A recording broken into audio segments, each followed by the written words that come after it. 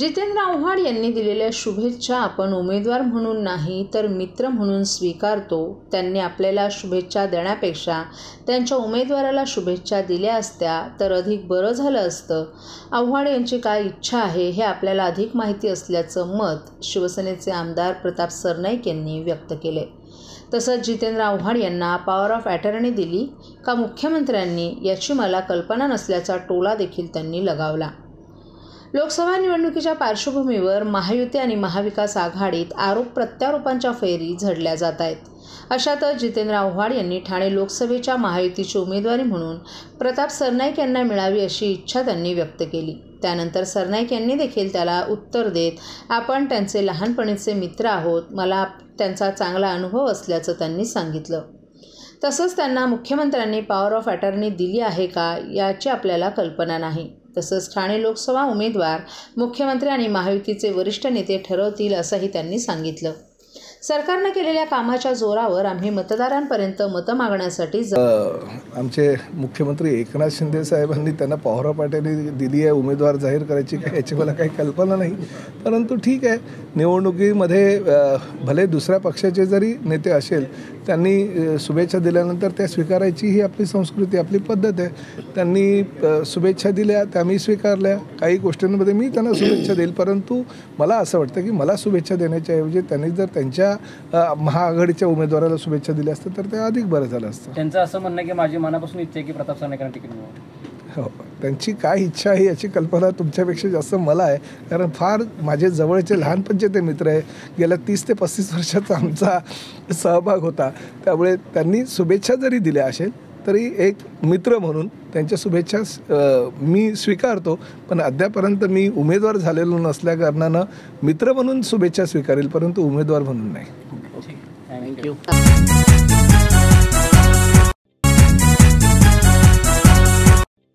सर्व नागरिकांना आवाहन करण्यात येत आहे की सध्या डासांमार्फत पसरणाऱ्या डेंग्यू या आजाराचा प्रसार रोखण्यासाठी प्रत्येकाने पुढील प्रमाणे कार्यवाही करावी. डेंग्यू आजार एडिस इजिप्ती हा डास चावल्याने होतो. या डासांची पैदास साचलेल्या किंवा साचवलेल्या स्वच्छ पाण्यामध्ये होते. 8 दिवसांपेक्षा जास्त दिवस पाणी उघडे व साचून राहिल्यास त्यात डास अंडी घालतात. अंड्यांच्या अळ्या तयार होऊन पुढे डास तयार होतात. यासाठी आपल्या घरातील पाणी साठे उदाहरणार्थ बॅरल्स, पिंपे, टाक्या, हौद, रांजणे इत्यादी दर आठवड्याला रिकामे करून घासून पुसून कोरडे करून पुन्हा भरावे. 1 दिवस कोरडा दिवस म्हणून पाळावा. पाणी साठ्यांना घट्ट झाकणे बसवावीत किंवा जुनी साडी, चादर, धोतर यांनी बांधून झाकून ठेवावीत, म्हणजे डास त्यात जाऊन अंडी घालणार नाहीत. घराच्या गच्चीवर, आजूबाजूला, अंगणात कोठेही पाणी साचू देऊ नये. भंगार सामान उघड्यावर टाकू नये. उदाहरणार्थ टायर्स, प्लास्टिक सामान, कुंड्या, टाकाऊ वस्तू इत्यादी. अशा सामानात पावसाचे पाणी साठून त्यात डेंग्यूच्या डासांची पैदास होते. घरातील कूलर्स, फ्रीजच्या पाठीमागील ट्रे हे देखील वेळोवेळी कोरडे करावेत. लक्षात ठेवा, नुसत्या फवारणीने डास घनता कमी होत नाही, तर त्यासाठी डास पैदास ठिकाणे नष्ट करणे ही आपल्या सर्वांची जबाबदारी आहे. कोणताही ताप अंगावर न काढता जवळच्या शासकीय रुग्णालयात मोफत औषधोपचार घ्या. अशा प्रकारे नागरिकांनी सहकार्य केल्यास डेंग्यूचा प्रसार रोखणे सहज शक्य आहे.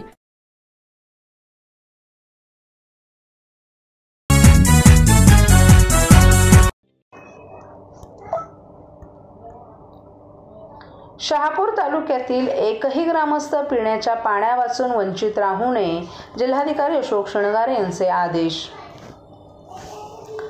जिल्हा परिषद ठाणे अंतर्गत शहापूर तालुक्यातील पाणी टंचाईबाबत जिल्हाधिकारी अशोक शृंगारे यांच्या अध्यक्षतेखाली आणि मुख्य कार्यकारी अधिकारी जिल्हा परिषद ठाणे छायादेव शिसोदे यांच्या उपस्थितीत आज शहापूर पंचायत समिती सभागृहात पाणी टंचाईबाबत आढावा बैठक आयोजित करण्यात आली होती. यावेळी जिल्हाधिकाऱ्यांनी 31 मार्च 2024 पर्यंत टँकरग्रस्त असलेल्या एकूण 91 गावपाड्यांची माहिती घेतली. पुढील महिन्यात पाणी संबंधित येणाऱ्या समस्या असल्यास त्यावर उपाययोजना करण्यासाठी पुढाकार घ्याव्या अशा सूचना दिल्यात. तसंच ग्रामीण भागातील ग्रामस्थांच्या जगण्यासाठी पाणी आवश्यक असल्यामुळे कोणताही ग्रामस्थ पाण्यावाचून राहता कामा नये. ज्या गावात पाणी पातळी कमी होऊन पाणी टंचाई आढळून येण्याची शक्यता आहे त्या गावपाड्यांसाठी 15 दिवस आधी प्रस्ताव सादर करून 1 दिवस आधीच टँकरनं पाणी पुरवठा करण्यात यावा असं सांगण्यात आले. गावातील लोकसंख्या, गावातील हातपंप संख्या, विहिरींची संख्या आणि पाण्याच्या इतर पर्याय तपासून पुढील 15 दिवसात शहापूर तालुक्यातील पाणी पुरवठा संदर्भात नियोजन करण्यात यावे अशा सूचना जिल्हाधिकाऱ्यांनी उपस्थित सर्व ग्रामसेवकांना सांगितल्या. शहापूर तालुक्यात स्वच्छता प्रश्न महत्त्वाचा आहे. कचऱ्याची विल्हेवाट वेळोवेळी लावणं गरजेचं आहे. ओला कचरा, सुका कचरा वेगवेगळा करून विल्हेवाट लावण्यासाठी नियोजन करण्यात यावं. तसंच कचरा उचलला गेल्यानंतर आणि आधी असे फोटो काढून फोटो संकलन करण्यात आलं पाहिजे. तसंच ग्रामसेवकांनी ज्या ठिकाणी ग्रामस्थ किंवा इतर कोणी कचरा टाकत असेल तर त्याच्यावर कारवाई करण्यात यावी असंही मार्गदर्शन यावेळी करतानाच मुख्य कार्यकारी अधिकारी छायादेव शिसोदे यांनी सांगितलं. यावेळी उपविभागीय अधिकारी भिवंडी अमित सानप, कार्यकारी अभियंता महाराष्ट्र जीवन प्राधिकरण मंडळ तन्मय कांबळे, कार्यकारी अभियंता पाणी पुरवठा विभाग प्रदीप कुलकर्णी, गटविकास अधिकारी पंचायत समिती शहापूर भास्कर रेंगडे, उपअभियंता ग्रामीण पाणी पुरवठा उपविभाग पंचायत समिती शहापूर विकास जाधव, स्वच्छ भारत मिशन पंडित राठोड, तसंच पाणी पुरवठा आणि जलसंपदा विभागातील अभियंता, शहापूर तालुक्यातील सर्व ग्रामपंचायतींचे ग्रामविकास अधिकारी, ग्रामसेवक, शहापूर पंचायत समितींचे सर्व अधिकारी आणि कर्मचारीही उपस्थित होते.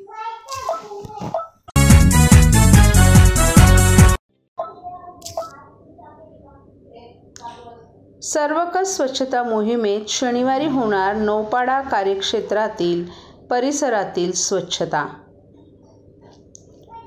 ठाणे महापालिका क्षेत्रात सुरू असलेल्या सर्वकष स्वच्छता मोहिमेत शनिवारी नौपाडा प्रभाग समिती कार्यक्षेत्रातील कौपिनेश्वर मंदिर, भाजी मंडई परिसर, मासुंदा तलाव परिसराची स्वच्छता करण्यात येणार आहे. ठाणे महापालिकेचे आयुक्त सौरभ राव यांच्या मार्गदर्शनाखाली ही स्वच्छता मोहीम राबवण्यात येणार आहे. ठाणे महापालिका कार्यक्षेत्रात प्रभाग समितीने सर्वकष स्वच्छता मोहीम राबवण्यात आली. शहरात राबवण्यात आलेल्या या स्वच्छता मोहिमेमुळे शहरातील प्रदूषण कमी होण्यास निश्चितच मदत झाली आहे. शहरातील मुख्य रस्ते, अंतर्गत रस्ते याचबरोबर पूर्व द्रुतगती मार्गांवरील स्वच्छता देखील टप्प्याटप्प्यानं सुरू आहे. ठाणे महानगरपालिका आणि श्री कौपिनेश्वर सांस्कृतिक न्यासातर्फे दरवर्षी शहरातून भारतीय नववर्ष स्वागत यात्रा काढली जाते. याच पार्श्वभूमीवर नौपाडा परिसरात ही मोहीम राबवली जाणार आहे. या मोहिमेची सुरुवात श्री कौपिनेश्वर मंदिरापासून होणार असून सकाळी 6:30 वाजल्यापासून या स्वच्छता मोहिमेस प्रारंभ होणार आहे. महापालिकेचे कर्मचारी, सफाई कर्मचारी तसंच नागरिक देखील या मोहिमेत सहभागी होतील. मंदिर परिसर तसंच मंदिराच्या शेजारील भाजी मंडई परिसर, जांभळी नाका परिसर, मासुंदा तलाव परिसर आदी ठिकाणी साफसफाई या मोहिमेत केली जाणार आहे.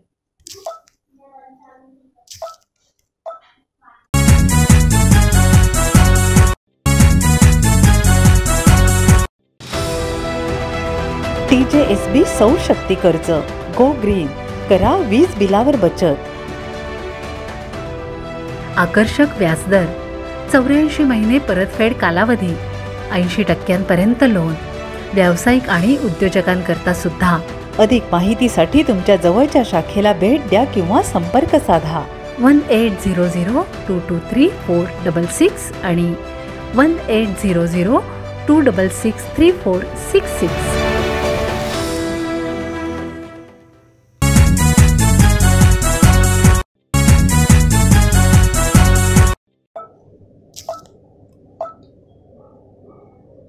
वाढत्या उष्णतेमुळे होणाऱ्या आजाराबाबत नागरिकांमध्ये केल्या जाणाऱ्या जनजागृतीकरिता आशा वर्कर्सना दिलं जाणार प्रशिक्षण. ठाणे शहर हे खाडीकिनारी असल्यानं मार्च, एप्रिल, मे आणि जूनपर्यंत वाढणाऱ्या आर्द्रतेमध्ये शरीराला जाणवणाऱ्या उष्णतेत वाढ होत असून यामुळे नागरिकांना उष्णतेच्या लाटेचा सामना करावा लागतोय.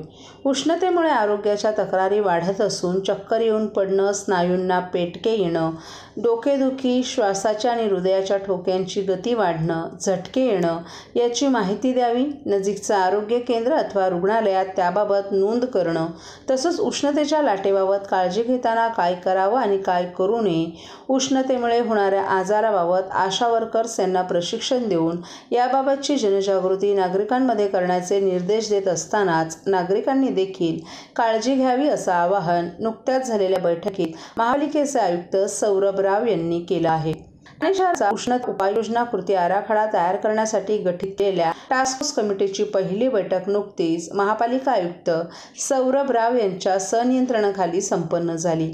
या बैठकीस अतिरिक्त आयुक्त संदीप माळवी, प्रशांत रोडे, वैद्यकीय आरोग्य अधिकारी डॉक्टर चेतना नितील, उपायुक्त अनघा कदम, मुख्य पर्यावरण अधिकारी मनीषा प्रधान आदीही उपस्थित होते.